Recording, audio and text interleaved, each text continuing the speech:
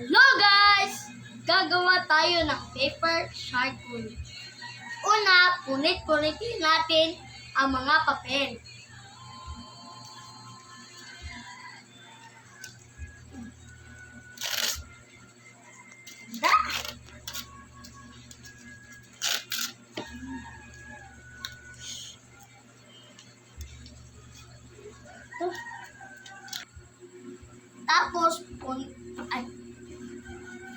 Tapos, ibabad natin sa tubig ng ilang minuto.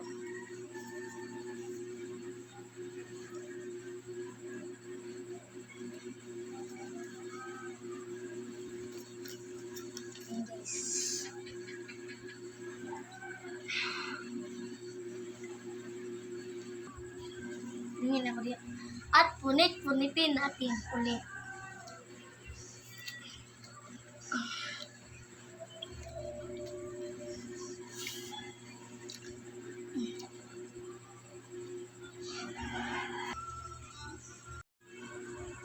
Kung ganito sa kaliit at kalambot, bigain natin at gawing bilog.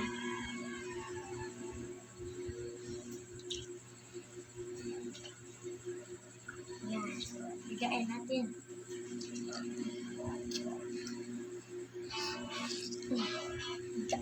Bigain. Kaya tubig. Yan, yung ating bilog. Uy, ano ito? Sira.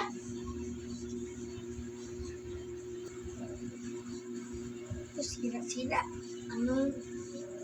Ang ating ito? Kain natin. Ito lang. Sira yun eh.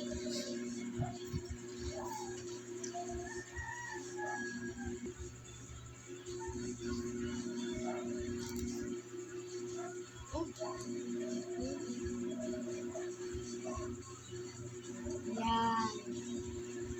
Yan natin dito.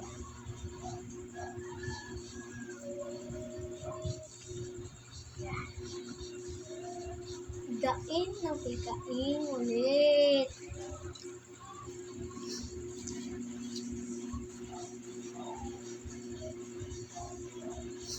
At ibabad natin to sa init hanggang matuyo. At ito na ang resulta ni guys.